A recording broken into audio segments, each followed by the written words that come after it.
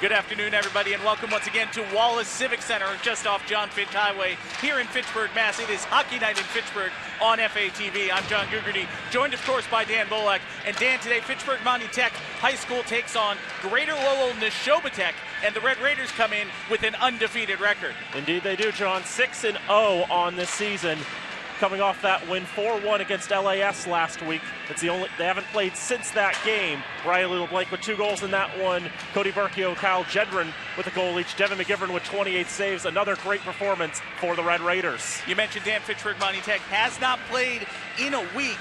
A lot of gesturing vaguely at everything going on in the world right now. We look at the other side of the equation, Greater Lowell Nashoba Tech. They come in with a record 1-4 on the season. They were 2-9 last year. And for the Vikings or Griffins or Griffin Vikings or Viking Griffins or whatever you want to call them, Dan, Greater Lowell Nashoba Tech has not tasted victory since their first game of the season. First game of the year, they beat Everett Revere 6-4. They've struggled a little bit since then. They've only got about 12 goals to their credit this season. And even that game against Everett Revere, they had to come back with 5 unanswered goals in the third period to take that victory. But this is a team that is tenacious enough. They will play the 45 minutes, and the games have been fairly competitive. No massive, 8-0 blowouts or anything. No, they lost 5-1 to Swampscott, 4-3 against Northeast. Their last 2 games against Everett Revere and West and East Bridgewater, both 4-1 losses for Greater Lowell Nashoba Tech. They were, of course, scheduled to play the Bernardians of St. Bernard's, but again, gesture vaguely at everything. Let's gesture down to center ice and take you down there as we get ready for the introductions. Dan, on paper, this seems like a mismatch in favor of the Red Raiders. It would seem to be the case, yes. The Red Raiders coming in 6-0. They've looked pretty solid in all their games. For Greater Lowell Nashoba Tech, they have been a program that has struggled over the years. We talked with head coach Bob Callahan, and this year the numbers are quite up for the GLNT side. It's the most numbers they've ever really had for the fourth-year head coach. A lot of kids on the squad. He mentioned they're in a similar position to where Lunenburg Air Shirley was last week. A very young team, learning as they go, trying to get better as the season goes on. And they're not going to roll over, Dan. You mentioned they're going to fight Fitchburg Monty Tech for every inch of ice. They're going to battle for the puck. This could be a very competitive match here from the Civic Center. Indeed, Cam Arsenault's probably going to be the player to watch. Number 37 for GLNT, the Nashoba Tech senior, has at least 5 goals this season. He had a hat trick in that first game against Everett. He scored the lone goal against Webb, that's West East Bridgewater, in their last game on the 9th. So they haven't played in 6 days. That was a 4-1 loss, but like I said, Arsenault had the lone goal in that game. Tony Iacovoni, who is the captain of this GLNT side, he's got a couple goals on the season as well. He was the only one to find the score sheet in the second game against Everett and the game against Swampscott. You look at the other side, this Fitchburg Monty Tech team is loaded with threats. First name that jumps out, Riley LeBlanc, 15 points on the season. He's got 10 goals and 5 assists. A lot of those goals have been set up by Sam Jaramillo. 10 points on the year for him, 3 goals and 7 assists. Jacob Pruno's got 3 goals. Kyle Gendron, Lucas Wiebe, Liam Hickey. We saw Liam Hickey played a big part in the game last week against Lunenburg Air Shirley. This Fitchburg Monty Tech team can hit you from any time. It doesn't matter if the first line is on the ice. They are always dangerous. They've got tremendous depth right now, and we can't forget Devin McGivern, who's continuing his sparkling numbers. Goals against of 1 coming in, save percentage of around .957. Tremendous numbers for the senior netminder. And he has faced 141 shots on the year. He's turned away 135 of them. 2 very strong goaltenders in this game. You mentioned Cole Currier. He had those 41 saves in the season opener against Everett. Again, that was the lone victory on the season for Greater Lowell and Nashoba Tech. This promises to be a very intriguing matchup here on FATV. And of course, we want to make mention you can watch FATV programming not just live on television in Fitchburg, although hello to everyone who is in the Fitchburg area who's watching. You can of course watch on FATV.org. Just look for the education stream. You can watch FATV programming anywhere in the world, Dan, provided you have, internet. So most everywhere in the world. Yep, and if you've got an iPhone, you've got an Android phone, you can download the FATV app. If you have an Apple TV and an Amazon Fire Stick or a Roku device, you can download the app for your television as well, the FATV app. plenty of ways to watch FATV, plenty of ways to be part of the community. And of course, if you would like to be a volunteer, a member of Fitchburg Access Television, we want to let you know you can also go to fatv.org. You'll find all of the information there. We want to thank everybody, all of our underwriters who have made this broadcast possible. We'll mention them in just a few moments more specifically. But thank you. Just while we have a moment here, we seriously do thank everybody for watching, everybody for participating in the broadcasts here at FATV. It really is a privilege for us to be able to do this, to be able to bring events like this to you in the community. So thank you for taking us into your homes. And now we're going to throw it down to public address announcer Jim LaPointe with the starting lineups and national anthem. High school hockey fans, and welcome to the Wallace Civic Center for today's Central Mass High School hockey game between the Nashoba Tech Vikings and the Fitchburg Monty Tech Raiders. Here are the starting lineups. First for the Vikings. On defense, number 3, Cameron Nangle. Defense, number 9, Tony Ecavoni. At center, number 8, Ryan Frazier. Right wing, number 23, Jaden Auger. Left wing, number 37, Cam Arsenault. And in goal, number 0, Cole Courier. The head coach for Nashoba Tech is Bob Callahan. For the Raiders at right wing, number 18, Cody Berkio. At center, number 23, Riley LeBlanc. Left wing, number 20, Colin Hines. Defense number 21, Wyatt Peters. Defense number 24, Peter Stevens. And in goal, number 1, Devin McGivern. Head coach for the Raiders is Steve Lowney. Today's officials, Owen Napolitano and Paul Marshall. Ladies and gentlemen, students, at this time I'd ask you all to please stand as we honor our nation and the flag with the playing of the Star-Spangled Banner.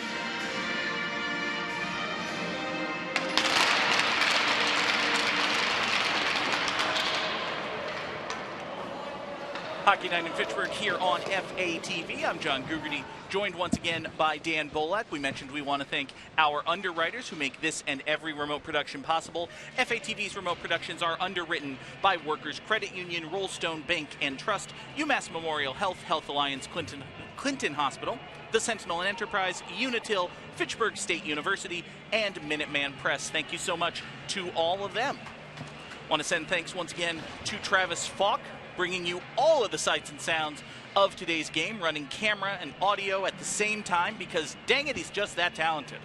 And also, for the third and hopefully final time, gestures vaguely at everything. Anyway, let's play some hockey. How about it?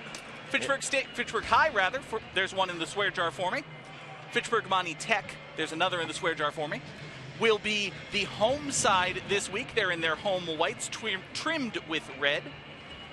Greater Lowell and Nashoba Tech on the other side, going right to left in this first period, will be in the dark blue, trimmed with gold and white. And here with the play-by-play for period number 1 is Dan Bolak.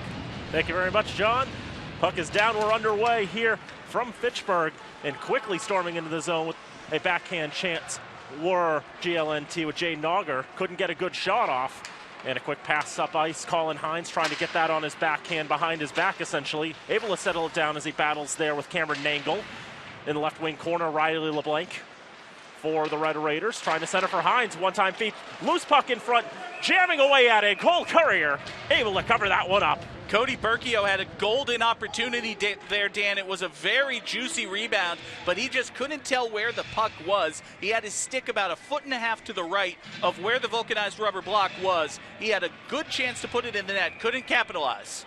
Courier, a first-year starter for the GLNT side. He is just a sophomore in goal. So we've mentioned a pretty young team. They've got 9 freshmen, 3 sophomores. Courier being one of those 3 sophomores, 7 juniors, and 5 seniors. 2 of those freshmen, Dan, are in the starting lineup, those being Cameron Nagel and Jaden Auger for the Viking Griffins. Raiders will have it on their own blue line. Pass up for Riley LeBlanc, trying to skate it around Nangle. Nangle and then Frazier with the pressure as well. Here's Hines. Behind the net he goes to the right side. Tries to go bad angle shot, hits the iron. And now here is the leading scorer, Cam Arsenault, who will pass it out of the zone, and Wyatt Peters will go to retrieve in front of his own bench.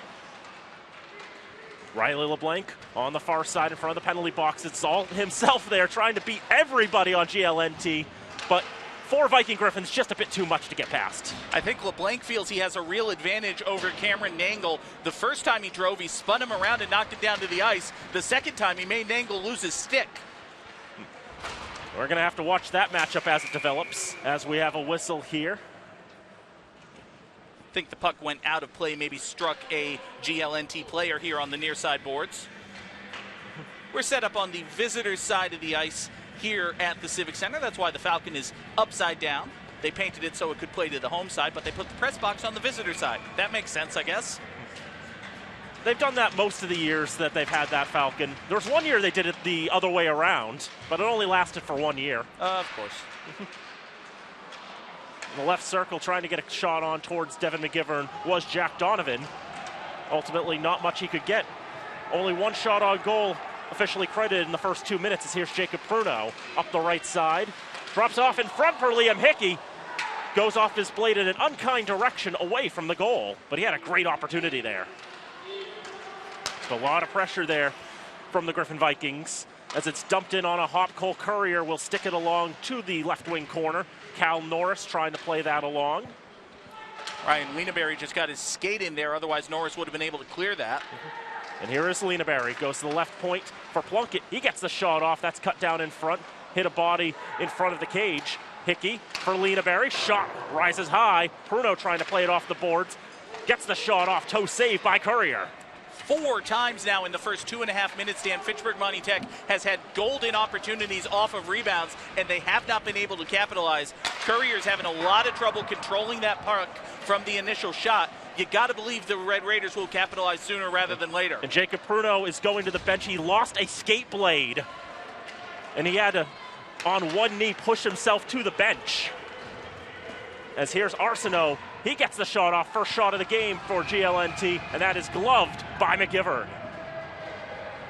Saw Pruno just come from the offensive end. Like you said, Dan, he was sliding on a knee toward the bench. A very dangerous situation for everybody concerned. You've got Pruno down lower than everybody expects. You've got a sharp blade on the ice. Yep. Cole Courier just went and handed that skate blade over to the referee, who will bring it over to the Fitchburg Monty Tech bench, and they'll have to work to get that blade back on his skate.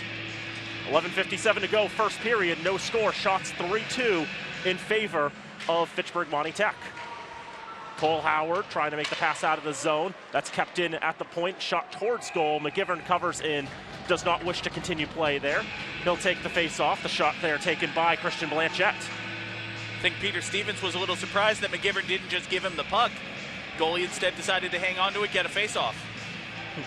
The goalie has to sort of read the situation. If he feels there's just too much pressure from the opposition, he doesn't want to take any chances. Whistle might be a little late because you've got to be actively checked to cover the puck, basically. And if they're backing off enough, then maybe they'll be a little hesitant to blow the whistle. And if they're very much backing off and they're way too far away, they may not. They may say, yeah, play it, or we'll call a penalty on you for delay. As they push it out in front and they score! It's GLNT who got the first strike in this contest, less than 4 minutes in. And it looks like Cam Arsenault was the one who got that last strike to push it in the net.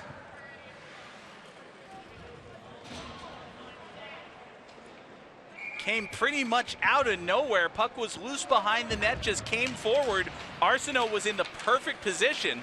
We mentioned Fitchburg Monty Tech's had plenty of chances. Arsenault was able to capitalize on the first great one for Greater Lowell Nashoba Tech. Puts the Griffin Vikings on top 1-0. Great start there for GLNT. Probably been a little while since Fitchburg Monty Tech was the first to give up the first strike. I think it was the Leominster game, might have been the last time.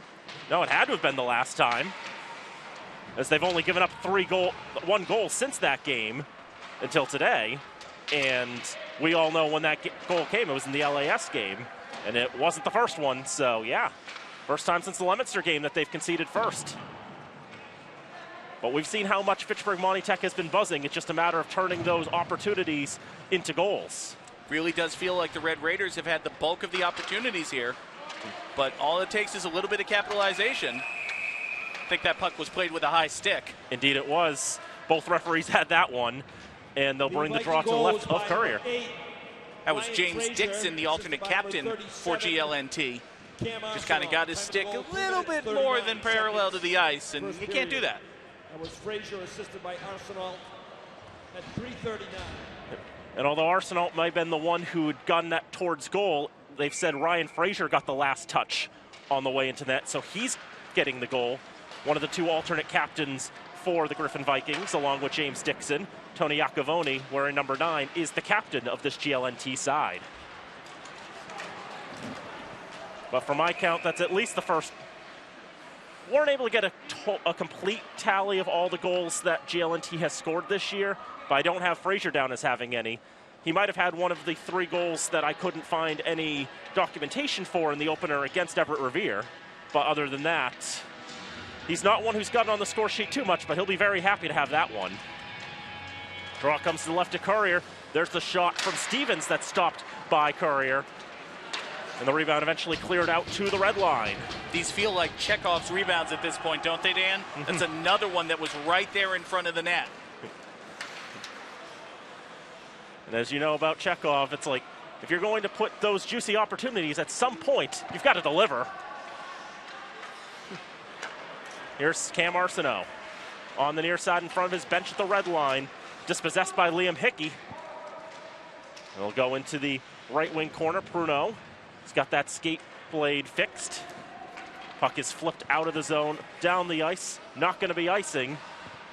Stevens trying to check off a little bit, see if it'll let it go to the goal line, but he's close enough that they wave it. And the shot from the right point ends up going behind the net. Loaded up the near side and taken at the point. Iacovoni floats it high in the air for Frazier, who'll throw it into the right wing corner. Stevens trying to push it around the boards. Bad angle shot rises high and hits the right wing corner. And Lieneberry pushed into the boards by James Dixon.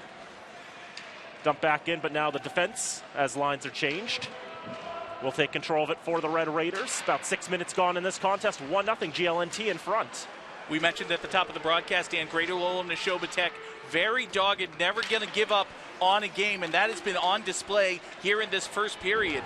I think on balance they are the less talented team, but thus far they have been very far the aggressor. It's Cody Katz bringing it up, number 88, highest number we'll see today.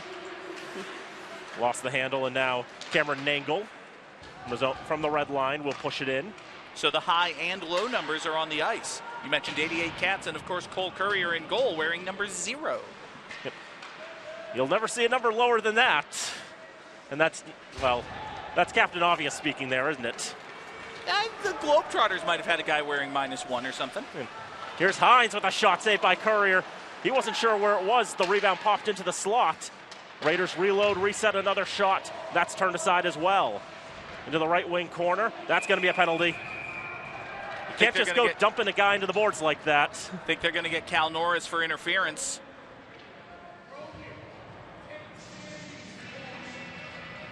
Referee will skate over and give the signal, as Norris will go to the box with 7:56 to go in the first period. Cal, one of two Norrises on this GLNT team. He's a junior. His brother Colin is a freshman. So first power play of the game for the Red Raiders. As here is Riley LeBlanc up the right side. Number 13, Cal Norris. 2-minute minor for interference. Time of the penalty, 7:04 the first period. Interference Norris, was indeed the call against the elder Norris. As the Raiders trying to get to the point there for LeBlanc. Gets the shot off, and it's punched away by Courier. Another shot backhanded on goal, and that's stopped by Courier as well. Sound like a broken record at this point, Dan, but guess what? That was a very juicy rebound left right in front of Cole Courier. Gonna keep pointing him out. If they keep bouncing that springily off his pads, just going to lead to more danger and a higher degree of difficulty. Top of the left circle, now passed off for Riley LeBlanc on the right side. Hines with a shot saved by Courier. That time he controlled the rebound well. Yeah, that time he just closed up, barreled himself in. And Dan, you know, if you can give a little bit of insight here, you're a goaltender yourself. How hard is it to control those rebounds? Sometimes it's a matter of, you know, shot positioning and the like. It's like there are some cases where you're trying to move side to side, trying to cover the net the best you can, and sometimes when you're moving, it's just a matter of making the save first as opposed to controlling where the rebound is. But if you have shots that you can see all the way, you can control it and figure out how to contort your body in such a way that you're going to be able to stop that puck. And that's a calculation that a goaltender is making in fractions of a second as the puck is coming toward them, so it's very difficult to do. Brogan's pass to the left point eludes the stick of Pruno, and all the way down it goes. McGivern will go out to the circle to slow it down. Still time for the Red Raiders to reset and drive again. 30 seconds left on the man advantage for Greater Lowell and Nashoba Tech. But here's Arsenault able to pick the puck and dump it back into the Red Raider zone. Almost had a shorthanded opportunity there, did Arsenault. And as we mentioned, he's the most dangerous player that GLNT has on offer. Here's Lucas Wiebe into the zone with 10 on the power play. His pass offline for Brogan, and it's cleared out of the zone again. LeBlanc will try to pass it up to Wiebe, just out of his reach. That'll kill off the rest of the penalty. Arsenal had a lot of space to work with, just decided to dump it in. Take the unselfish play there to kill off the rest of the penalty as Norris out of the box and the Griffin Vikings back to full strength. I think Arsenault knew as well that his team needed to get a line change. Pretty much as soon as he dumped that in, the rest of the GLNT skaters went to the bench. And now here is Wiebe into the zone. Into the left wing corner he goes. He'll take that one back as he tries to get a bad angle shot. There's another shot. Goal! It's Cole Howard! Slipping through the 5-hole of Courier to tie the game. Dan, does Chekhov's gun usually go off right before the end of the first act? That's not how it works in my lit theory classes. But once again, you've got a puck bouncing off the goaltender. This time it was the bad angle shot. Courier couldn't control it. I'm not saying he should have. It was a very difficult play, but another loose puck right in front of the net, and this one finally finds the twine for Fitchburg Monty Tech. Should be Howard's second goal of the season, as long as my eyes were not deceiving me. And it ties the game at 1. Riley LeBlanc pushing it up for Berkio. 2-on-1 potentially developing as here's Hines into the zone. Hines trying to drop it off, but puts it between two Red Raiders. And it goes to the right side half boards, where LeBlanc will push it along. Tony Iacovoni very slow getting up there, Dan. He's still moving pretty laboredly on the ice. Peters throws it around the boards, was looking for Hines. He'll have to go and retrieve. Frazier knocks it along to the left side. And Berkio trying to recover for the Red Raiders. Left circle, Stevens in the slot, gets the shot off, glove save by Courier. 10 saves already for the sophomore goalkeeper. Iacovoni exchanging hockey handshakes, I think those shoves could be called, with Colin Hines. assisted by number 11, Lucas Wiebe, and number 4, Cam Sullivan. So Wiebe and Cam Sullivan get the assists on the goal by Cole Howard. That was Howard. For Cam Sullivan, that'll be his first varsity point. 9:37. But Cole Howard getting his second goal of the season to tie the game at 1. Frazier with the shot, that'll be gloved by McGivern. He's not going to play on there. You see the long gap on the whistle because it took a while for a GLNT player to get close enough to the point that you could validly cover the puck. But McGivern was just standing there like, nope, I'm not playing it. Come get me. Come on. Make him blow the whistle. Pretty much. Draw will come to McGivern's left. He's got 4 saves in the contest. As that hops over the stick of AJ Theriault. Trying to push it out of the zone with the Raiders in there and got it just over the blue line, so they've got to tag up and reset. 4:15 to go, first period, 1-1 the score. Ryan Lieneberry at the red line for Fitchburg Monty Tech. Trying to push it along. The progress stopped there. As Frazier. His pass out of the reach for Auger. Thrown off the boards to the red line. Dumped in, delayed offside. They had to tag up. And dump back down into the GLNT zone. Theriault, sophomore, forward/defenseman, only such player on the team. Icing will be called there. They rule that touch at the red line was either behind it or didn't actually make contact with the puck. I think it was just behind the red line there, Dan. Now, I know this isn't a new rule or anything, but I'm old enough to remember when tag-up offsides became a thing, and that has greatly improved the flow of hockey. I don't think we give enough credit to that change in the rules for improving the pace of play just on every level. It's a good rule. Shot, and there's another chance of a backhand score! Sullivan just got his first varsity point moments ago. He's got his first varsity goal! How many bullets are in Chekhov's gun, Dan? Well, yeah, on the loose puck, Sullivan able to backhand it and just put it out of the reach of Courier into the near side post to make it a 2-1 lead for the Red Raiders. And they'll save the puck.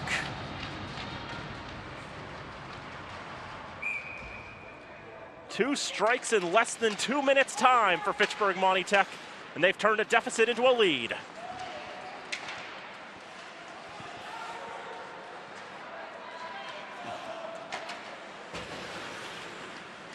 And now GLNT, their lead having completely evaporated. A bit stunned, Cody Katz gets the shot off and McGivern gobbles that up. Number 4, Cam Sullivan.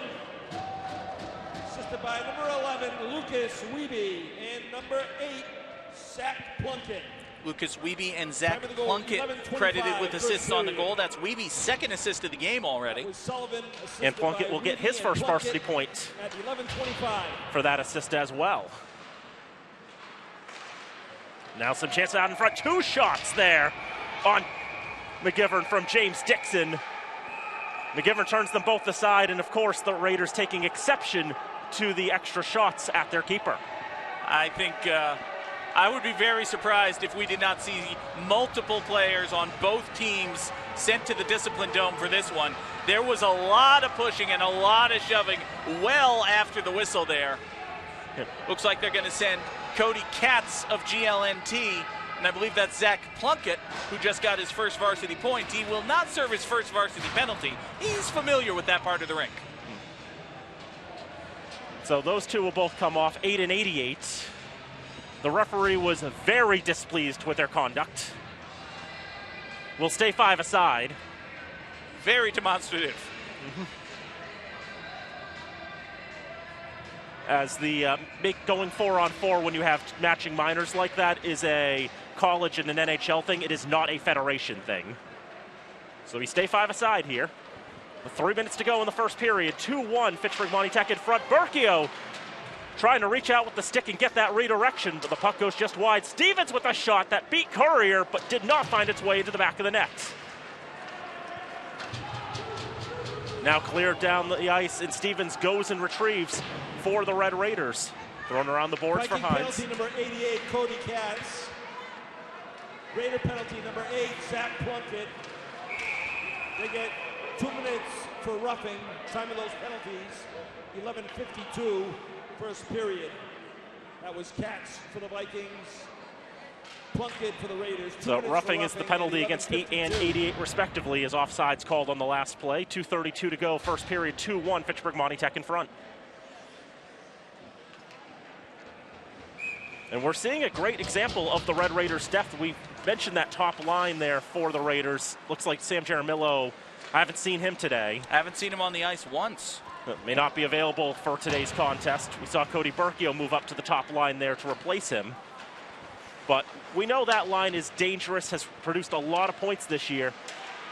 So there's a great shot there by Auger that's turned away by McGivern. But today we're seeing a little more of the depth really make things happen for the Red Raiders. Cole Howard and Cam Sullivan both getting goals. They came in with a combined 1 this year, and now they've got 2 to themselves. That's why we print out the whole roster, Dan. You never know for sure who's going to play a part in any given game. There's Riley LeBlanc with a rising shot. I think it was also deflected off a stick high, as one of the GLNT side gets pounded into the boards. That was Frazier. A bit slow to get up. A little bit surprised they're not sending Riley LeBlanc to the box for that one. That was a very hard hit into the boards there. Rolled puck was available and played cleanly enough. So out to the neutral zone it goes. 80 seconds to go, first period, 2-1. Fitchburg Monty Tech in front. Shots 12-9 in favor of the Red Raiders. Dumped in from the red line. Raiders will change a little bit behind, and so will the Griffin Vikings. Riley LeBlanc, pass on the far side. Pushed up by Nick Triolo, I believe. And he shakes off a check there. As they bow forward, it is Triolo. Tries to get the shot off, but it's blocked by the stick of Jack Donovan. Puck moves around the boards to Chris Powers on the far side, lost an edge. Wyatt Peters dumps it back in for the Red Raiders. Dixon in the left wing corner. Try to push it out of the zone. And that's going to make its way on goal, so McGivern's got to knock that along. Possibly the easiest save he'll ever make. 25 seconds to go in the period. It's Powers trying to push that along. That's actually a Dixon. And offsides will ultimately be ruled with 20 seconds even on the clock. Katz and Plunkett will be released from hockey jail. They'll head back to their respective benches. Yep. The buzzer indicating, by the way, that one of those doors didn't shut again. Yeah, they still didn't fix that.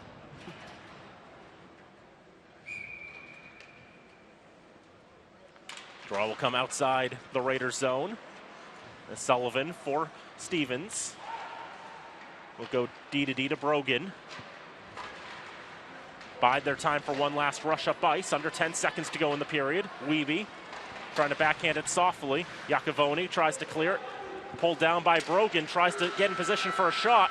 By the time he's ready to fire, the buzzer sounds to bring an end to this first period, but a very exciting first period to say the least. Very exciting indeed. 3 goals scored, 2 by the Raiders, 1 by Greater Lowell and Nashoba Tech. I mentioned, Dan, after the first 3-4 minutes of play, after the Griffin Vikings scored their goal, that it really felt like they were the more aggressive side. I think perhaps that caught Fitchburg Monty Tech a little bit off balance. They weren't quite prepared for the pace at which the Griffin Vikings were going to approach them. But once they made an adjustment, I think they ratcheted up their own intensity, kind of matched Greater Lowell and Nashoba Tech shot for shot and sprint for sprint down the ice, if you will.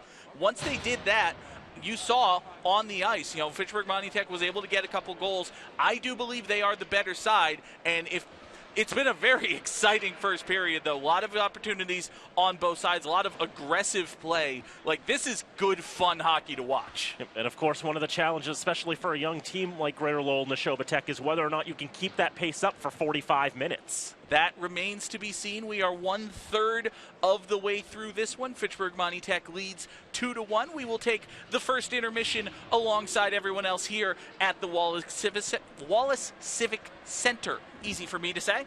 But don't go anywhere, folks. It's Hockey Night in Fitchburg, and it's right here on FATV. Back here at the Wallace Civic Center Hockey Night in Fitchburg here on FATV. I'm John Gugerty, joined of course by Dan Bolak. And Dan, Fitchburg Monty Tech leads Greater Lowell Nashoba Tech by a score of 2-1 after what was a very exciting first period. Indeed it was, John. You know, these two teams have been playing, there have been times it's ebbed and flowed for both teams. There have been moments where Greater Lowell Nashoba Tech's looked like the stronger team. There have been moments where Fitchburg Monty Tech has looked like the stronger team. It was GLNT who got the first strike there from Ryan Frazier and Cam Arsenault. Arsenault, one of the more dangerous players on this GLNT side, setting up a great opportunity for Frazier to make it 1-0. GLNT came out of the gate strong. I really do think they were the more aggressive team for the first 3-4 minutes of that first period, but Fitchburg Monty Tech rose to the occasion. They were able to match the intensity, and then their talent took them through. 2 more goals for them in the rest of the first period. They were able to hold the Griffin Vikings scoreless, and again, they lead as we get ready for the second period. Yep, Cole Howard getting his second goal of the season. That was able to tie the game. Just slung it through the 5-hole of Cole Currier, the netminder for GLNT. 10 saves in the first period for him. Then Cam Sullivan getting his first varsity goal, just getting a backhand in the slot that was able to sneak out of the reach of the leg of Currier and into the net. Sullivan getting his first points as a varsity player. Same can be said for Zach Plunkett, who had an assist in that first period immediately before being sent to hockey jail for roughing, as you do. Only one power play in that first period. That was for GLN. That was for Fitchburg Monty Tech. They couldn't do anything with it. Now we go to the second period of hockey, and again, one of the curiosities is going to be seeing how GLNT can deal with the Red Raiders' depth for the remaining 30 minutes of this contest.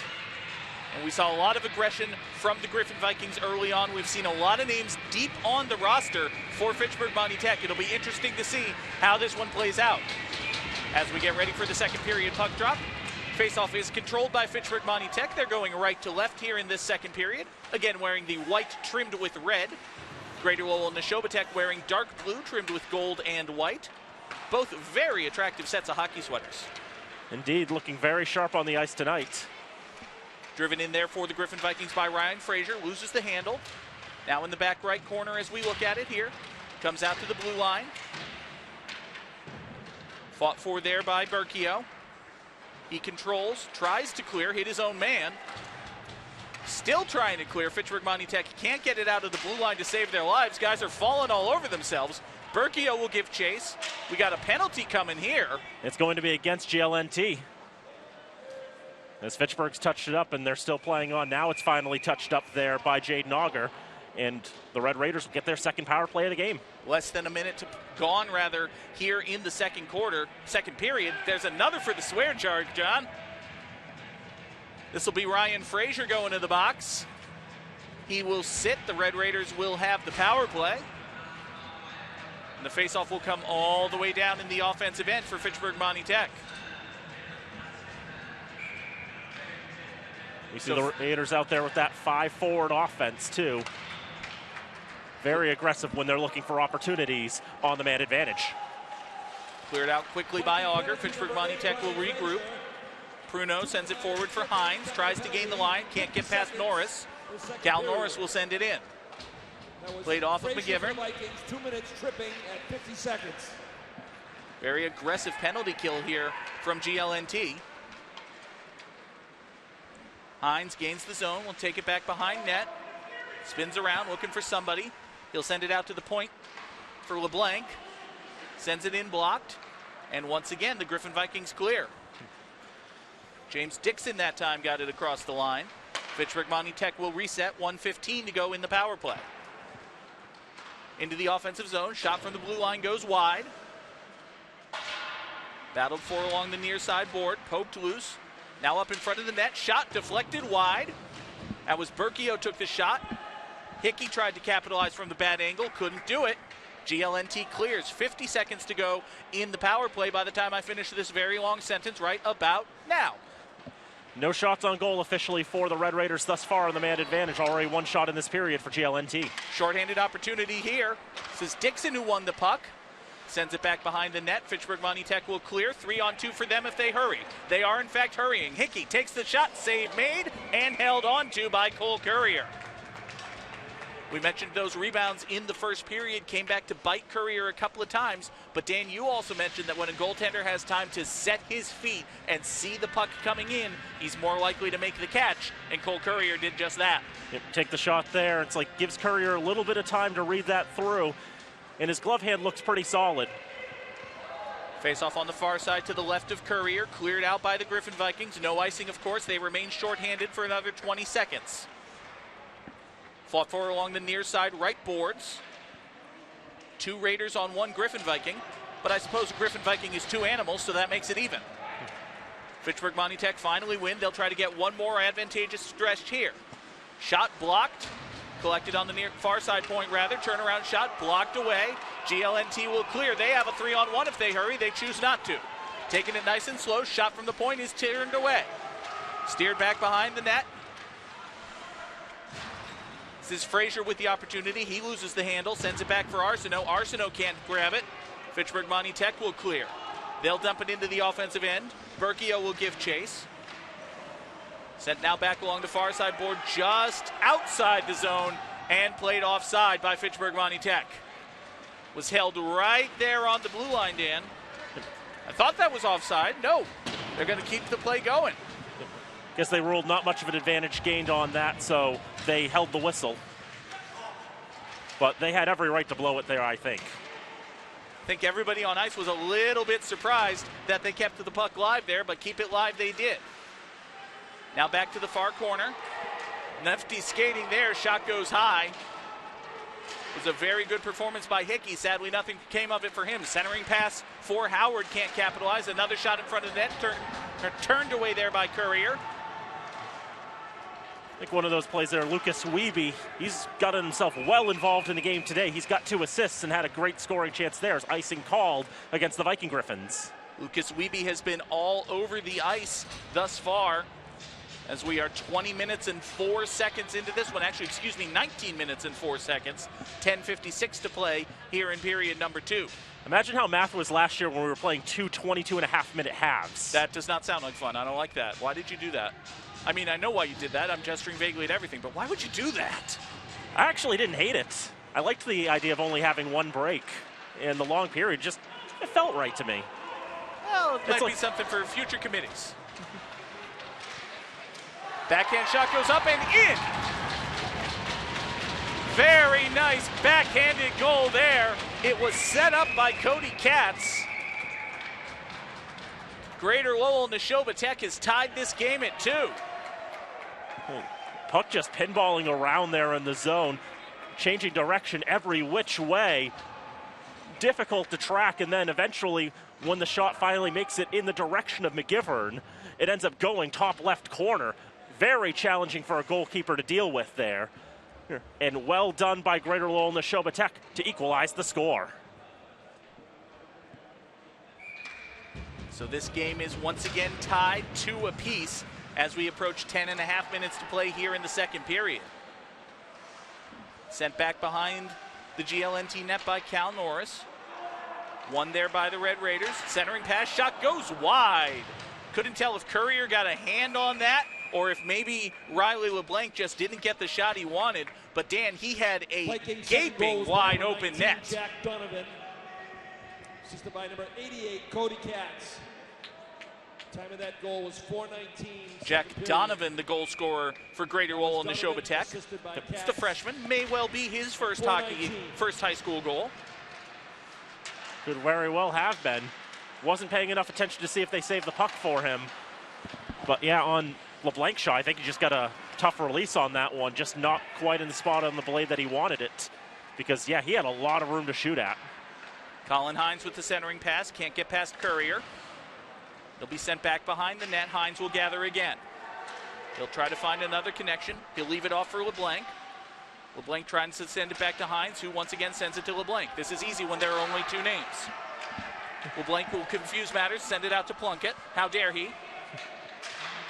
Somebody down on the ice doesn't have a stick. There's 1 extra stick just floating around in there, making things even harder for GLNT, but they will clear it. It was AJ Terrio who didn't have a stick, but he's gotten it back now. Sent into the offensive zone by Donovan. He'll go and change. Big hit on the right side board, but play will continue. Perfectly legal, just very violent by Robert Brogan. Haven't called Brogan's name much in this game, but he delivered a big shot there. We get an icing, and it'll be a face-off down in the Fitchburg Monty Tech end. 9:20 to go in the second period. 2-2 the score. GLNT putting up a great fight in this contest. Shots in this period. It's 3 for the Griffin Vikings and 4 for the Red Raiders. Shot comes to the face-off, comes to the right of Devin McGivern, controlled by Fitchburg Monty Tech. Sent along the near side boards for Lena Berry. One there by GLNT, however. Pruno fighting for it. He gets checked by Arsenault. Peters sends it back behind the net. Grab there, centering pass, nobody home. McGivern steers it away. Now shot from the dot. No. Turned away to the right side. Fitchburg Monty Tech will clear thanks to Ryan Lienaberry. Lienaberry leaves it off for Hickey. Hickey sends it in, but grabbed there by GLNT. They've got a 2-on-2. Shot goes wide. I think maybe McGivern got a glove on that, but he couldn't corral it. Lienaberry will clear the line, send it up for Pruno. Pruno will advance for Hickey and lose it. Cleared out there over the glove of Pruno. That took a very awkward bounce. Might have hit a Red Raider, but they're going to keep it live. Shot from outside the blue line, turned away by Courier. Ives will grab the rebound. Been sitting on that joke all night. Sent in here by the Griffin Vikings. McGivern will assess and cover. Will get a face-off in the Fitchburg end with 8:12 to play here in period number 2. All right, so Dan, I made the Courier and Ives joke. I leave the Times New Roman jokes to you.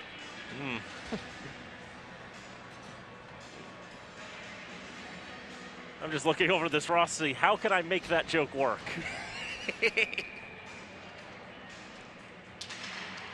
Face-off comes to the left of McGivern, controlled there by the Red Raiders. Brogan will clear it up ice, gain the offensive end, leave it off for LeBlanc. He sends it to the near side left corner. And we get a whistle. Tripping indicated against GLNT. So once again, Fitchburg Monty Tech will be on the power play. Cameron Nangle being admonished for something he did. You can't trip people, Cameron. Go sit down for 2 minutes of hockey and think about what you've done. Second time in this period that a Viking Griffin's been sent to the box for tripping. The freshman defender from Greater Lowell will sit for 2 minutes or less. Fitchburg Monty Tech once again with the man advantage, but they will start from their own end after GLNT clears. It's a very aggressive power play, or penalty kill rather, by these Griffin Vikings. Yeah, that's what we've been noticing. Very strong forecheck there from GLNT. And it is discombobulating the Red Raiders a little bit. They're having trouble with the reset. About 30 seconds gone on this power play. They've got Dixon and Donovan basically in the offensive zone just trying to make something happen. Content to leave it to their 2 defenders. This might backfire on them, however. Odd man rush is steered away. Now a player without a stick is just shoving guys around out there. Finally going back to retrieve his blade is Ryan Frazier. Frazier had the opening goal in this contest early on in the first period. He's been doing a little bit of everything today. Berkio sends to Hickey, couldn't handle the pass, sent right back in. Pruno gives chase. 1 minute and 3 to go here on the power play for Fitchburg Monty Tech. Lucas Wiebe can't handle it initially. Pruno gains the zone, sends for Hickey. Hickey's centering pass is deflected wide by Frazier. Gathered in the back left corner by Cole Howard. Hickey now has it back behind the net. Delivers a big hit. Centers out, can't be controlled there. LeBlanc can't keep it in. Now a chance for Greater Lowell and Nashoba Tech. This is Cam Arsenault. His backhand shot kicked away by McGivern. 35 seconds now on the man advantage. Hickey skates it up all by himself, just barely leaves it onside. Shot steered away. Think we might have an offside or a penalty coming? It's another penalty. It's against GLNT again. Extra man on for the Red Raiders, and well, now we'll have a 5-on-3. McGivern sprinted all the way to his bench, and as soon as he got there, GLNT finally touched the puck. He'll have to come back. For 15 seconds, Fitchburg Monty Tech will have a 5-on-3 as A.J. Terrio heads to the sin bin. He will join his teammate. Interference is the call against the Griffin Vikings. Another Another penalty. That's their 5th penalty of the day, and this is going to be power play number 4 for the Red Raiders. We mentioned the aggression of Greater Lowell and Nashoba Tech. It's a bit of a double-edged sword. Sure, you might create some opportunities, but you might also commit some penalties. Now Fitchburg Monty Tech with the golden opportunity. Hickey's centering pass finds nobody. Net comes loose off of its moorings. We'll get a whistle that kills play. And more importantly from the Glinty side, 6 seconds gone off of the 2-man deficit. Viking penalty number 12, A.J. Theriault.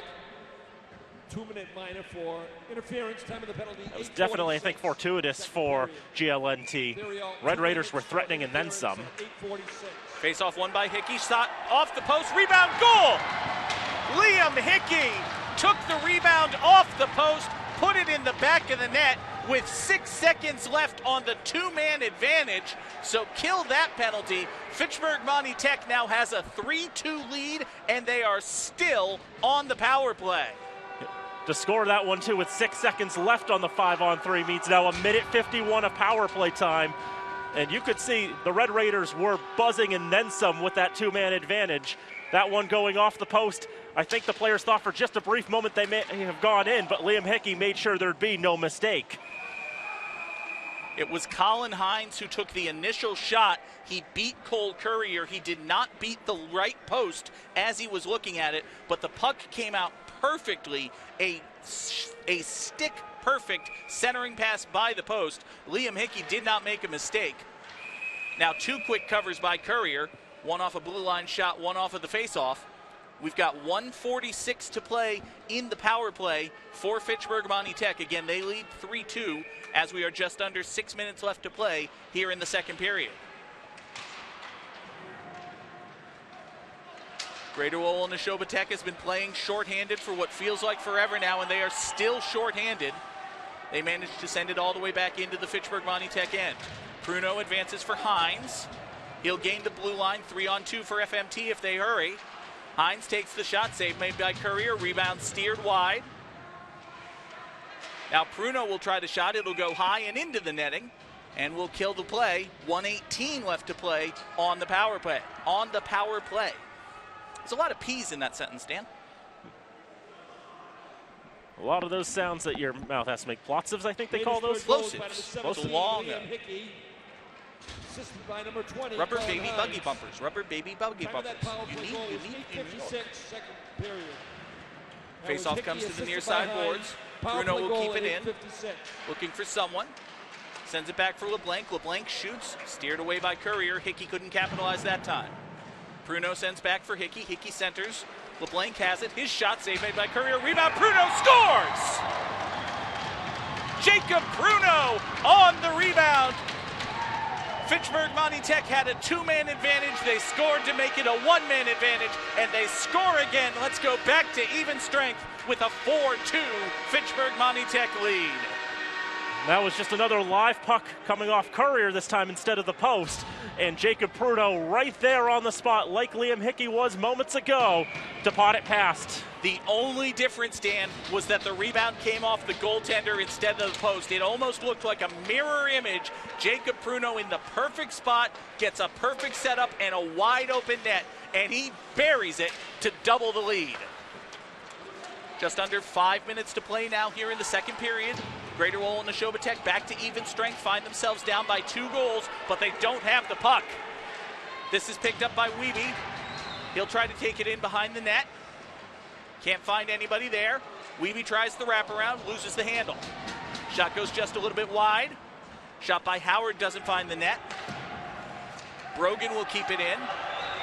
Fitchburg Monty Tech's power play guys getting a well-deserved break.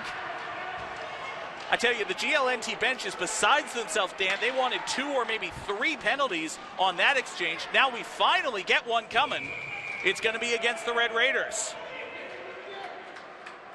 A hook indicated against FMT, and for the first time today, Greater Lowell Nashoba Tech is going to have a power play. Coach Bob Callahan, we spoke to him earlier before the game. He was up in arms before the penalty was called. Finally, the referees indicate one. It'll be Lucas Wiebe heading to the punishment area. I don't know. I should write these down rather than try to think of them on the spot. So GLNT will have the man advantage with 4:25 to play here in the second period. Face-off coming to the right side of Devin McGivern. Shots in this game 24-15 in favor of Fitchburg Monty Tech. Shots in the period are 12-6. They wanted Wiebe to have his helmet on in the box. Safety first. Makes sense. Yep. Pucks are dangerous. If you have a helmet, you should wear it. And yes, they'll enforce that even if you're protected on four sides by plexiglass. Well, he doesn't have a roof, is the thing. Yes. And also, you know, we've seen that door. It's not necessarily the sturdiest door. If you have a helmet, you should wear your helmet. Dumped in by Peters, just trying to kill a few seconds on the penalty kill. A.J. Terrio will grab there for the Griffin Vikings. Sends forward off a couple of teammates and then right back in. GLNT can't keep the handle. Fitchburg Monty Tech is more than content to just dump it in. They'll send Colin Hines to nominally chase, but it's a much more conservative penalty kill here from the Red Raiders than what we've seen from the Viking Griffins. The Raiders seem more content to clog up the neutral zone and thus prevent GLNT from even getting into the offensive zone. 60 seconds left on this power play for the Griffin Vikings to work with. GLNT will gain the zone once again. Frazier had it, sends it back behind the net. He'll have to tag up. Puck comes off the referee here, and we're going to get another whistle. Offside, and zone wasn't, well, it was just all a mess there. I think it was Ryan Frazier who was really not happy with that call. Saw him come back to the bench, slam the handle of his stick against his own shin. Faceoff comes in neutral ice, 50 seconds to play. It is won by the Griffin Vikings, shot blocked by Plunkett. Hickey grabs it back behind the net. Now Plunkett tries to advance, kept in the zone there by Norris. His shot is blocked by Pruno. Cleared out by the Red Raiders. Courier will play it and cover it. 32 seconds to play on the man advantage for Greater Lowell and Nashoba Tech. And they have to defend a face-off in their own zone. So reaching the end of this period, you might see GLNT, start to get a little bit tired based on how aggressively it's been playing. Especially all that time on the penalty kill and all that time that they are going with that aggressive forecheck. They haven't really been able to get anything going on this power play. Just 15 seconds left for the Viking Griffins. Shot from the blue line goes nowhere. Came off the stick of James Dixon. Now kept in at the far point by Nagel. Sends it forward to Arsenault. Almost loses the handle. Tries to center, but it's grabbed there by the Fitchburg Monty Tech side. They will skate it up and kill the rest of the penalty. Back to even strength as they gain the zone. Gendron leaves it off. Can't get it anywhere there. Tied up with a couple of guys. Comes along the near side boards for Hickey. Pruno will send it back behind the net.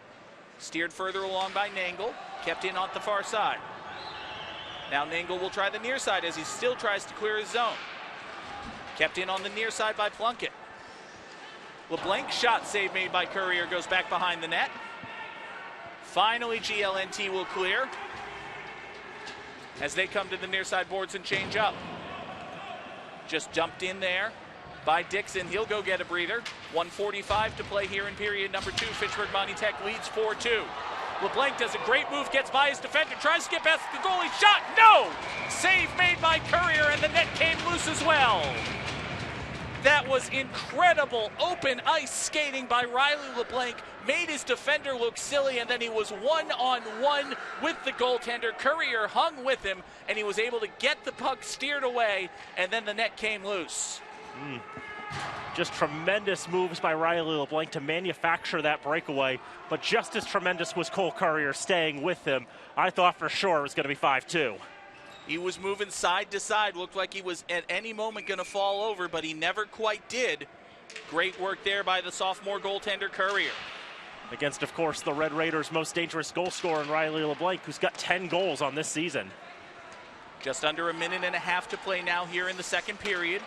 Pass intercepted, very nearly an opportunity there for GLNT. Centering pass goes nowhere. Brogan will take it back behind the net, try to clear, and we get a whistle. I think we're going to get a penalty here. Indeed we will. Interference is the call. with 75 seconds to go in the period. And once we see who skates over to the House of Pain, we will see who's going on the power play. I think it's Mr. Plunkett once again. Zach Plunkett finds himself in the penalty box one more time. He will serve a maximum of 75 seconds in this period and then 45 to begin the third. But if you're a Greater Lowell Nashoba Tech fan, you hope he's right back on the ice just as soon as humanly possible. Shot off the face-off, grabbed by McGivern. He'll hang on to it, kill a couple seconds. We'll do another face-off.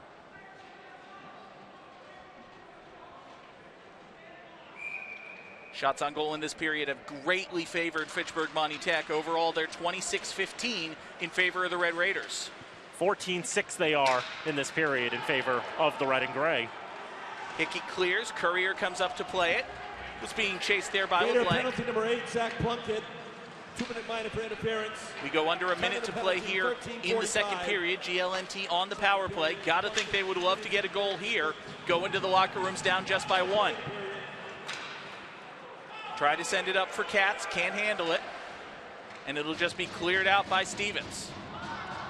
Stevens sends it all the way down. Courier will cover. We'll get a face-off in the offensive zone for Fitchburg Monty Tech, as they are once again the shorthanded team.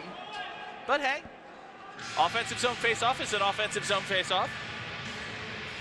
Yeah, we were seeing a little bit of that in that game last week against Lunenburg Air Shirley, where it seemed like Fitchburg, as we joked, it was as if the Red Raiders had an extra guy on the ice the whole game. Face-off comes to Courier's left, ultimately won by the Viking Griffins. This is Dixon. His shot blocked by Peters. Dixon tries a backhand centering pass, nobody home. Arsenault gives chase. Arsenault tries to forward, can't get it there. Grabbed by LeBlanc as Bob Callahan punches something on the near side. Yeah, just slams his fist on the boards behind him because he knew that once it was in number 23 stick, there goes the rest of the power play for this period, essentially. Unless James Dixon has something to say about it. Dixon's shot goes wide. Tried to follow up there in the last seconds, but can't even get a shot off. And we will go to the locker rooms for the second intermission. Fitchburg Monty Tech leading this one, Dan, by a score of 4-2. I tell you, both of these periods have been 2-1 in favor of FMT, but they have both been some very, very exciting spates of hockey. Indeed, great opportunity by GLNT to tie the game, stay right with them, but those two penalties, though, the 5-on-3 and the long power play that came from it when they scored with 6 seconds left on the 5-on-3, led to the Red Raiders getting those 2 golden goals, in a sense. Top marks for their power play in the second period for Fitchburg Monty Tech, and that's the 2-goal lead. And it was the two-man advantage ultimately, getting that 5-on-3 edge that gave Fitchburg Monty Tech, you mentioned it, Dan, once they scored, they were going for it. They were the shark that smelled blood in the water once they had that 5-on-3. Didn't take them too long to capitalize, and then they followed up again with another power play goal to extend the lead to 4-2.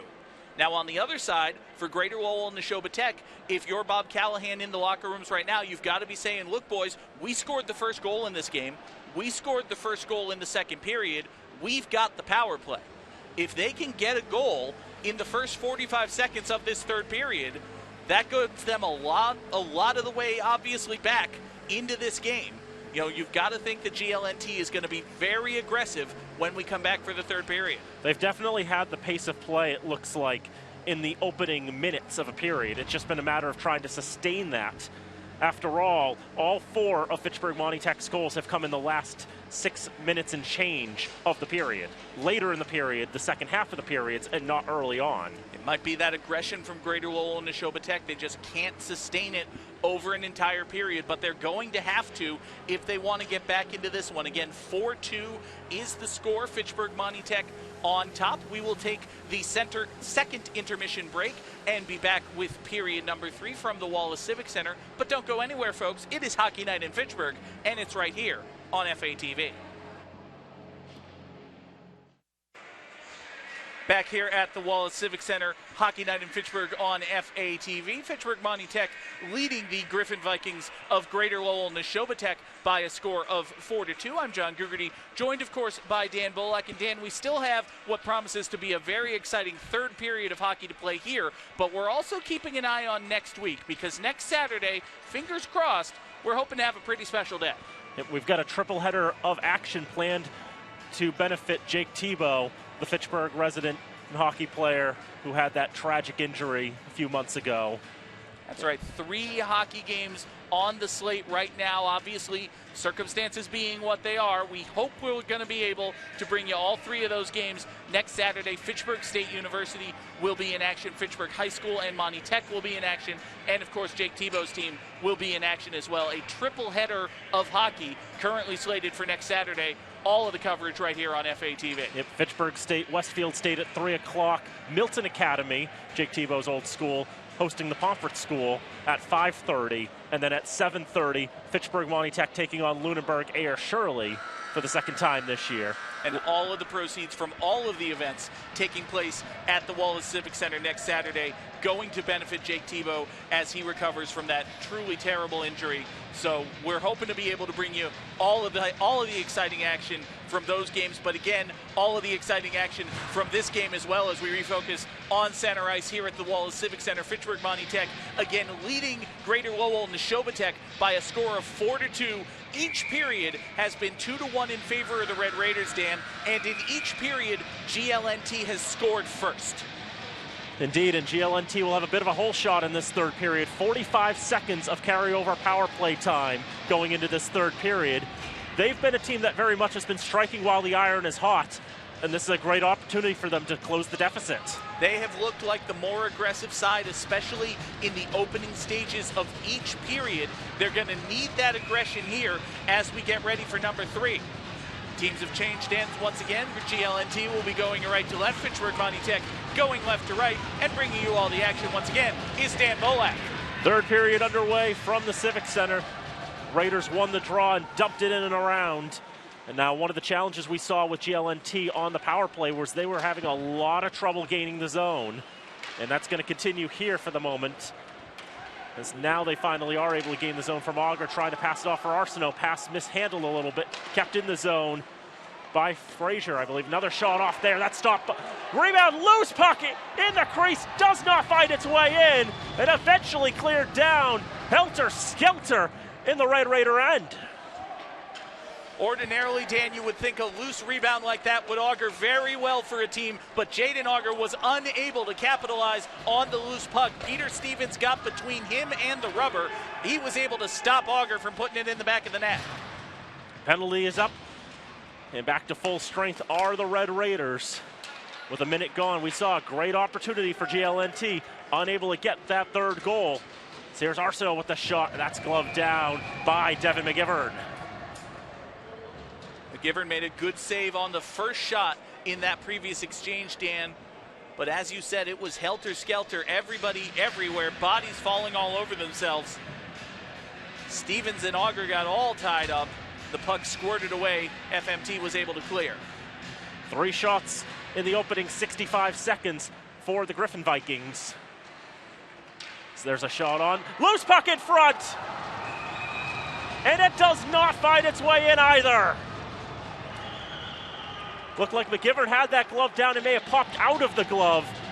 And after that, panic. McGivern thought he made the catch, and then he looked down, saw the puck, and it was get down, Mr. President. He went full extension diving on top of that puck, and he was able to cover it up. GLNT trying to carry over the momentum from that power play. Already some prime opportunities. Red Raiders trying to clear out of the zone. Can't do it there. Shot on from the left point by Cal Norris, stopped by McGivern. Another chance from the point, that stopped as well. Loose puck, another chance! And McGivern battens down the hatches.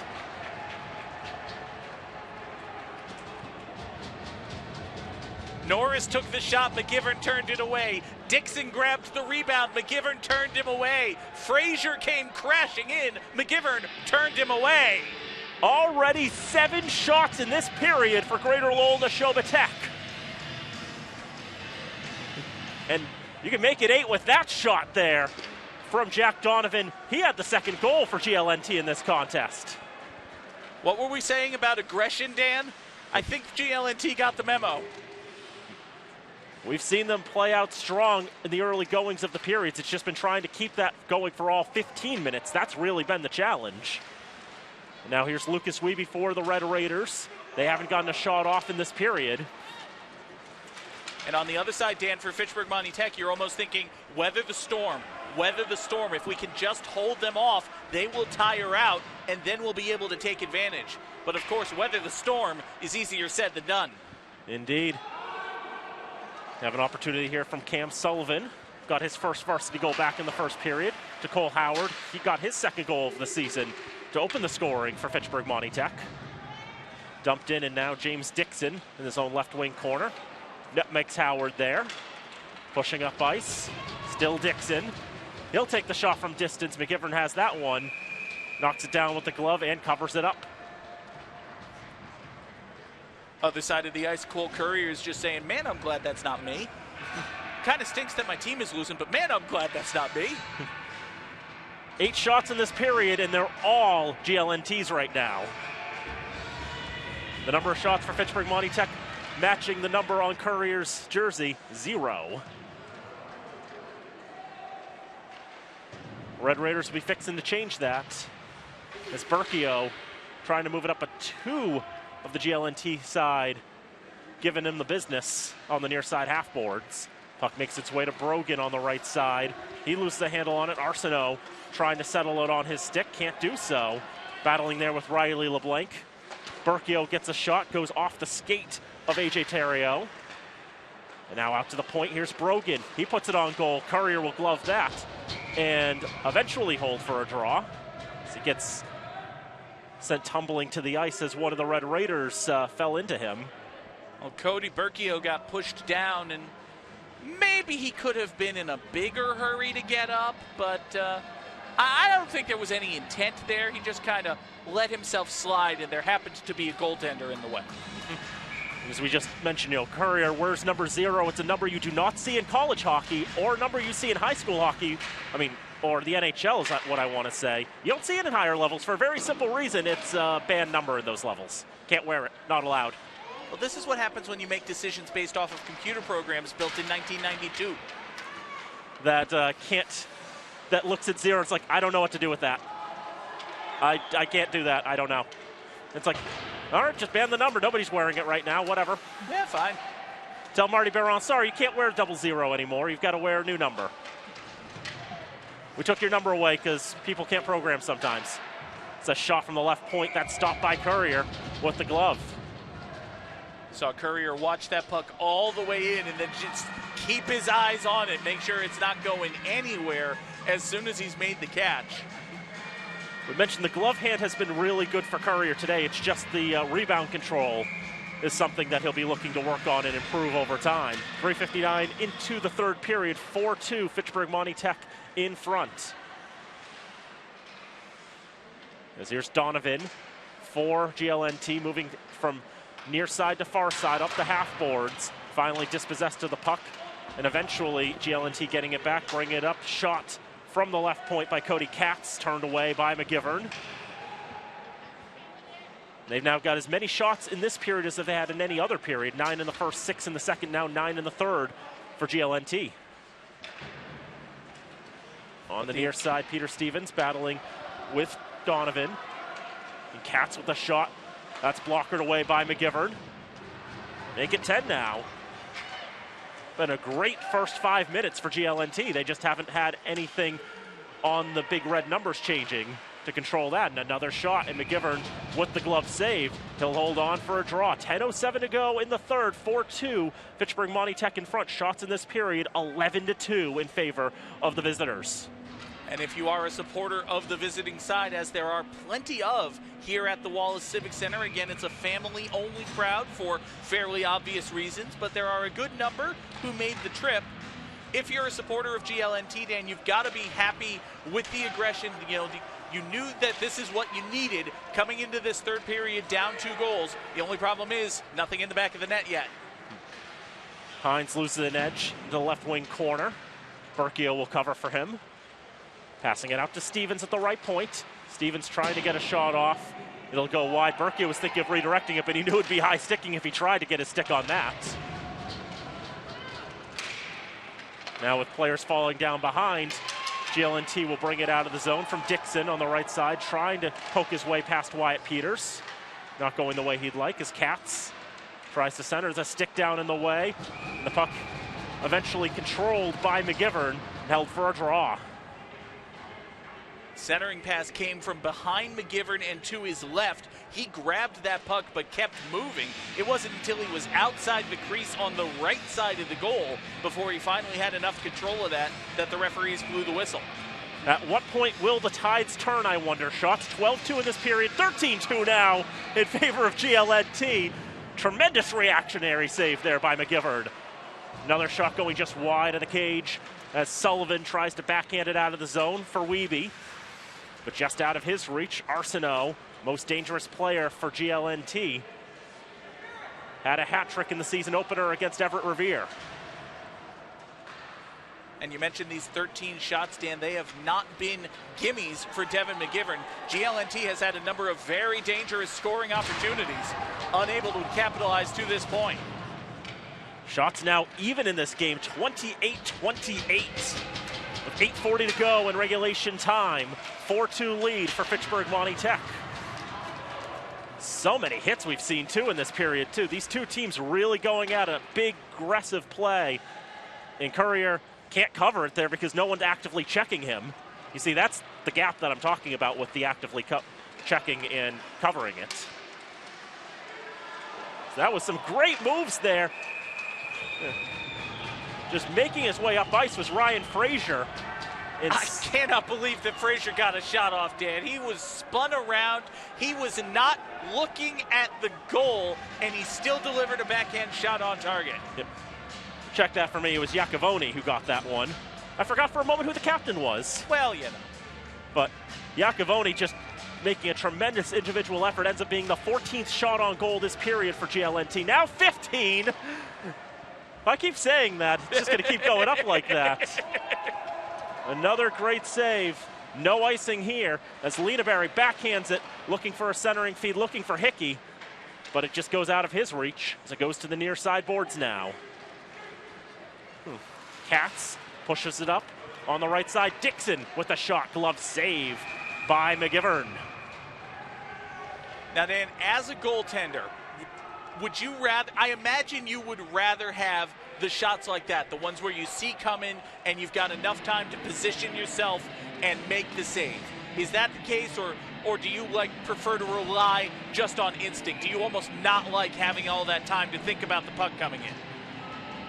I would say this as a goalie for myself personally, don't give the shooter 10 seconds to size you up. But yes, you definitely want to have the space and the time to shoot. If the shooter's going to have that much time, make sure that you're hoping that one of your defensemen is pressuring them so they're not getting an easy shot off, so that they're not going to just be able to pick a spot and just laser beam it to there. That's what makes breakaways so scary too. Here is Berkio with the shot, and that's stopped by Courier.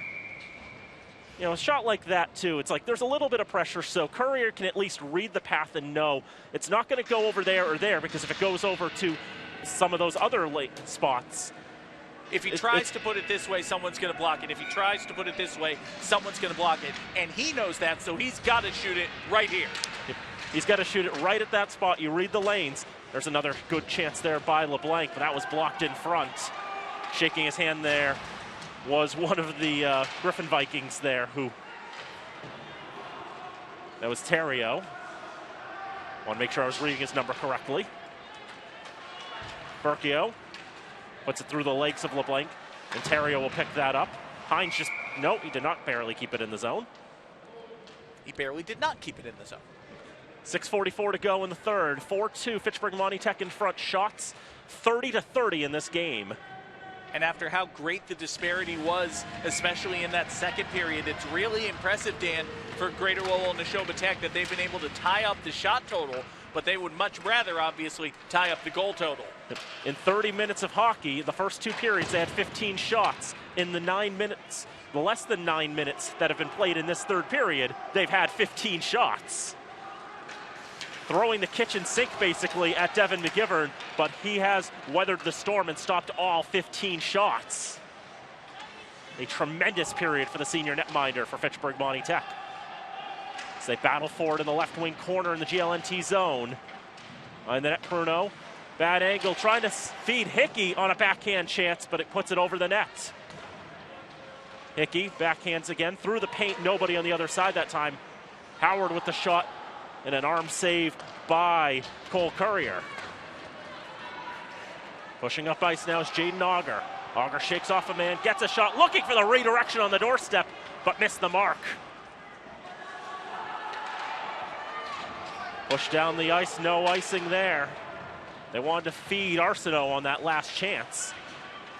And now GLNT having to start from 0 again. But the Red Raiders take control of the puck. Here's Lucas Wiebe. 2 assists for him today. He'll get it back after the puck pinballs around. Wiebe trying to keep control of the puck with the pressure from behind. Floated in the direction of goal by Peters, but it's cut down by Iacoboni. Into the right wing corner in the Red Raider zone. Pushing out to the red line with 5 minutes to go in regulation time. 4-2, Fitchburg Monty Tech in front. Peters for Stevens, now for Wiebe on the near side. Floats up ice, that's knocked down by Dixon. His shot goes off one of his own man's skates, that was Donovan. And now pushed up LeBlanc, trying to split 2 defenders to goal. LeBlanc gets the shot off, and the save by Currier. Now Stevens with a shot through traffic off the stick of Hines, but wide and blocked as well. Stevens again trying to dig it out at the point. Put across, and one more feed. Couldn't find Hines. Pass was just a little too strong for him. Now GLNT, 16 shots in this period, trying to get more towards it, but they're having trouble really sustaining the pressure now. Have they tired themselves out is the question.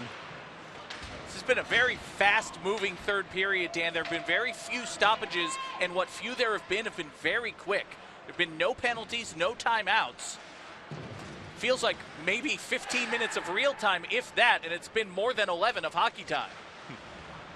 A very free-flowing third period from the Wallace Civic Center in Fitchburg. The Red Raiders lead 4-2 with 3:45 to go. And the Raiders happy to, dump in, even if they've got to tag up, all this time that it takes GLNT to get their wits back about them. It takes time. Pruno able to intercept that. Tries to put it across for Hickey, goes off the skate of Cal Norris. Wasn't that long ago we were talking about how aggressive GLNT had been in the opening minutes of the third period. Now as we approach 3 to go, you start wondering if you're Bob Callahan, when do I pull my goalie? This has all happened so fast for them. They had all the time in the world, and now it's running out. That shot goes wide of the cage. And these two teams last met 2 years ago. It was a 7-1 win for Fitchburg Monty Tech. The GLNT, they may have a young roster, but they've got a lot of depth, and they've been able to weather the storm.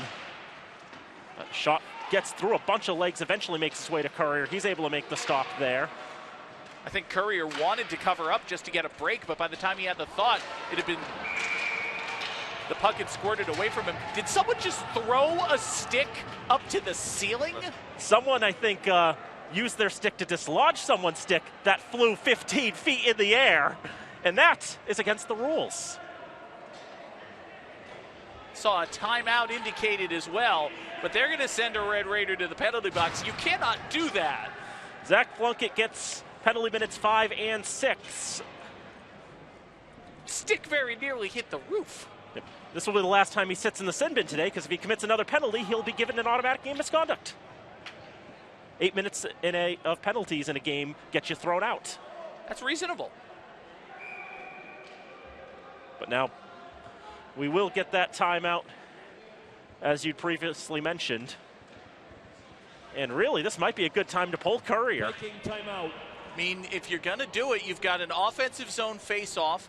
2 minutes 40 to play. We can see right here on the near side, Bob Callahan, actually I think that's one of the assistant coaches, is speaking with the goaltender Cole Currier. Coach Callahan on the left side, meeting with the rest of his side. Wouldn't be shocked if Cole Currier doesn't head back to the net. I was just reading an article about how, the conventional wisdom in the past has been you pull your goalie for, 1 minute.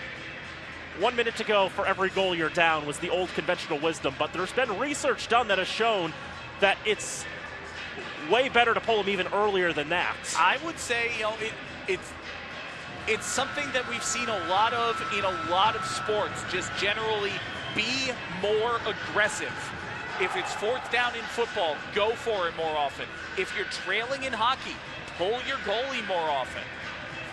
Particularly if you're trailing, I mean, yes, there are margin of victory considerations to think about, and it's better to lose by 2 than to lose by 3, but it's also better to lose by 1 or to even tie the game. And having that extra skater could make the difference. Currier does stay on the ice. They will play 5-on-4 for the time being. Raider penalty number 8, Zach Plunkett. 2-minute minor for unsportsmanlike conduct. Unsportsmanlike conduct was called there against Plunkett. I would say that, using your stick to yeet someone else's stick to the frickin' moon qualifies as unsportsmanlike conduct. Yeah. It falls under that general umbrella. Yeah, when the stick goes flying that high in the air, something's got to be called because nobody's out. Doing that naturally. And now 6 attackers on. Redirection in front! Great chance for GLNT! Somehow, McGivern stopped that. Dixon was right there. He was right in the perfect place to make the deflection, to get it over McGivern's right shoulder. He just barely didn't get enough of the puck. McGivern was able to adjust. He was able to collapse all of his body on top of the puck, get the whistle, and kill the play. That was a tremendous save there. I was so sure that was going in the net. But now 6-on-4 again for GLNT. Into the left wing corner, Donovan tries to run that down. That puck's going to make it all the way down the ice. There will be no icing because the Raiders are on the kill. It's 2-man advantage for GLNT at the moment, but the Raiders do get free shots at the empty net. And right now, Liam Hickey, that 1-4 checker. Pass up ice for Dixon. Into the zone, lost the handle on it. Riley LeBlanc got an empty netter last week. He'll get an empty netter this week. 11th goal this season for Riley LeBlanc to make it 5-2. One of the easier empty net goals you will ever see, and I think we're going to see a Griffin Viking sent to the box as well. Tony Iacovoni was not happy. I think he just shot the puck into the boards after the goal. The officials are going to send him to the bench. I imagine that falls under the old unsportsmanlike conduct umbrella as well. So much for the power play. May just get, looks like it's going to be just a misconduct instead. So he will sit in the sin bin for the rest of the game. Plunkett and Iacovoni will exchange war stories in the box. And no, they will put the penalty on the board. It will be unsportsmanlike conduct for 2 minutes, and indeed the power play does go away. Just was really late in putting it on the board is all. We're really late in ejecting the 5th GLNT skater from the faceoff as well. And now here is LeBlanc. Wants to see if he can beat Currier today. Defense will shut that down for a moment. Don't know if they'll pull Currier down by 3 goals for the extra attacker. At that point, great chance in front. But again, McGivern stays with him, gets right back to his feet, only to see Norris ready to shoot at him. And now one of the Raiders bringing it up ice. I don't have that number. I was just going to ask, Dan, who the heck is number 2? Don't know. Ed Reynolds. Ed Reynolds plays hockey. 13-32. That was LeBlanc. Short-handed empty net goal at 13-32. If LeBlanc unassisted. Tyler Salafia trying to get a chance on there. Not much going there. Was on number 9. Now another chance goes wide. 2-minute minor for unsportsmanlike conduct. Time of that penalty was 13-32. And a shot from Bruno on the left side, stopped by Currier. Players tied up with each other, and they'll let him play on. 10 seconds to go in the game. Griffin Vikings going to see if they have one more shot left in them. A backhand feed, but well tied up there by that Red Raider, by Ed Reynolds, to tie up the Cal Norris and prevent him from getting one more chance at Devin McGivern as the time runs out. And the Red Raiders weather the storm of the Griffin Vikings in the third period and take a 5-2 win. A very impressive victory here at the Wallace Civic Center for the Fitchburg Monty Tech Red Raiders. We mentioned that Greater Lowell and Nashoba Tech had scored first in each of the first two periods. They did not score at all in the third, and that is due to the fantastic defensive work of Fitchburg Monty Tech, and also, Dan, a tremendous period of goalkeeping by one Devin McGivern. Shots in the end finished 34-32, but in the third period, shots were 8 for the Red Raiders and 17 for GLNT. Was a lot of pressure from the Griffin Vikings in that third period. McGivern at times standing on his head to make saves, going full extension, diving on top of the puck. Let's listen in for the 3 stars. The number 3 star goes to the Raiders. Number 4, Cam Sullivan, with a goal and an assist. Number 2 star on the day goes also to the Raiders with a winning goal and power play goal to number 17, Liam Hickey. And the number 1 star of today's game goes to goaltender Devin McGivern with 30 saves on the day, including 17 in a scoreless third period. And so indeed, those were the 3 stars, and Devin McGivern, I think, well-deserved. Zamboni resurfaced. There'll be another high school game coming up. I believe that was the second game in a row we've covered here on FATV where Devin McGivern is the first star of the game. He earned it against Lunenburg Air Shirley as well. And I would say, Dan, if only for that performance in the third period, it is a well-deserved first star honor for Devin McGivern. Also want to shout out Cam Sullivan, the 3rd star, scoring his first varsity goal as a member of the Fitchburg Monty Tech Red Raiders. Congratulations to him. Indeed as well. And we mentioned 2nd star Liam Hickey for getting the winning goal. Also want to mention, Riley LeBlanc had a goal and an assist. Courier had some good chances for GLNT. We saw some great play from GLNT.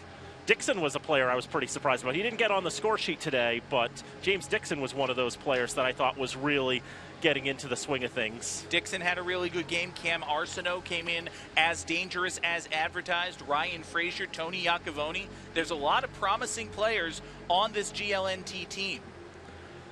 Jaden Auger, the freshman, we called his name a few times. He had a good game. It's a lot like the Lunenburg Air Shirley squad that we saw last week.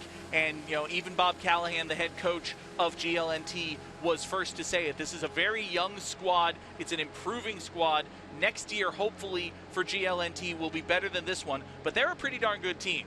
This was not a walkover for Fitchburg High Monty Tech by any stretch of the imagination. Not at all. I mean, coming in, seeing the numbers, historically, Greater Lowell, Nashoba Tech, the team has struggled for years. It's been a long time since they've made the playoffs, and they're going to fall to 1-5 today, but the record is not indicative of how solid a team this is. They weathered this storm for 45 minutes. That third period, they've played so well in the first halves of periods today. I think for, you could say, 22 minutes of hockey roughly, they were the better team, and how they played in the third period, it's amazing they somehow came away from this third period with nothing to show for it. Honestly, Dan, the first half of the third period was the best I saw GLNT look all day. And they scored 2 goals. They scored a goal in the first and a goal in the second, but to my eye, the best hockey they played as a team was in that first half of the third period. So that's something to build on for them, something they'll look to improve upon as they go forward. On the other side of the coin for Fitchburg High Monty Tech, they advanced to 7-0 on the season. They will be taking on Assabet Valley Regional Vocational School, those darned persons who I don't like because I went to Marlboro High. And that game, Dan, will be taking place Monday, Martin Luther King Day at 8:30 in the morning? 8:30 a.m. 8:30 a.m. from Naven Rink in Marlboro. Naven has been very popular in regards to getting, with rescheduling. One of the things with, everything that's happened is that teams have had to reschedule games. Rinks aren't as available. It's like you get it all set up at the beginning of the year. You think you can divide your normal home site up in such a way that all the teams that want to play can play. But then you look and reschedule, and ice times, you're just trying to fit it in, and sometimes you have to go to rinks for home games that you don't normally play in. Fitchburg, Monty Tech, they had to play a home game in Gardner because they couldn't get the ice time here necessarily for when they wanted to play the game. The game following that at 10:20 is between Littleton, Bromfield, and Oakmont, two teams that do not call Naven home. But you got to do what you got to do, right? The important thing is we get the games in. We look further ahead at the Fitchburg Monty Tech schedule next Thursday, January the 20th, a game that will be broadcast here on FATV. Fitchburg Monty Tech will be taking on the Bernardians of St. Bernard's. And then we mentioned already next Saturday, January the 22nd. Fingers crossed, everybody. We're hoping to have ourselves a triple header. Fitchburg Monty Tech will be part of that as they take on Lunenburg Air Shirley at 7:30. All three of those games right here on FATV. And Greater Lowell Nashoba Tech will be next in action tomorrow. They don't have much time to rest. Nope. They're going to be taking on Minuteman at 2 o'clock. That's going to be a home game. I didn't double check if they're playing that at the Chelmsford Former at Janus and Lowell, but I imagine the fans who have the connections will know where to go for that one. And that's going to be an interesting game. Minuteman's only 1-4 themselves, and they've conceded 42 goals in 5 games. That could be a great opportunity, especially as they start to get into Commonwealth Conference play. GLNT only has one conference game played thus far, a 4-3 loss to a 2-4-1 Northeast side. It's like when they play Essex Tech and Shawsheen in those schools, that's going to be interesting to see how they'll be able to handle their league play. Interesting how they do. We'll look forward to seeing them again in the future, as we will the Red Raiders of Fitchburg Monty Tech, and as we will all of you folks watching at home. Before we get out of here, we want to thank once again our underwriters who make this and every broadcast possible here on FATV. Fitchburg Access Television's remote productions are underwritten by Workers Credit Union, Rollstone Bank and Trust, UMass Memorial Health, Health Alliance Clinton Hospital, The Sentinel and Enterprise, Unitil, Fitchburg State University, and Minuteman Press. Thanks once again to them, and thank you one more time to Travis Falk, who has been doing everything for us today. Camera operator, director, audio technician, making sure the graphics work. Came here, he was the first guy here, set everything up. He's going to be the last guy to leave, take everything home. Travis does everything. He's tremendous. Thank you so much to Travis. Thank you to Dan. Any thoughts before we get out of here, Mr. Bolak? Well done by the Red Raiders to weather the storm. Well done by GLNT to prevent this game from becoming a laugher. Looking at these score lines for GLNT, it's like past history have said that the Griffin Vikings have been struggling. This could have been a game that could have been a recipe for another massive blowout, but not today. GLNT came to play. They played very well. Maybe, I'm not going to say they may have caught the Red Raiders off guard. I think they may have caught me and possibly you a little off guard in regards to how well they played, but I was very impressed with Bob Callahan's side today. Absolutely. 5-2 may be the final scoreline, but that does not tell the entire story. This was a much closer game than that. GLNT acquitted themselves very, very well, and it was a heck of a game to watch. Had a lot of fun calling it. I hope you folks at home had fun watching it. Thank you so much for being here. We will see you next time for Hockey Night in Fitchburg on FATV.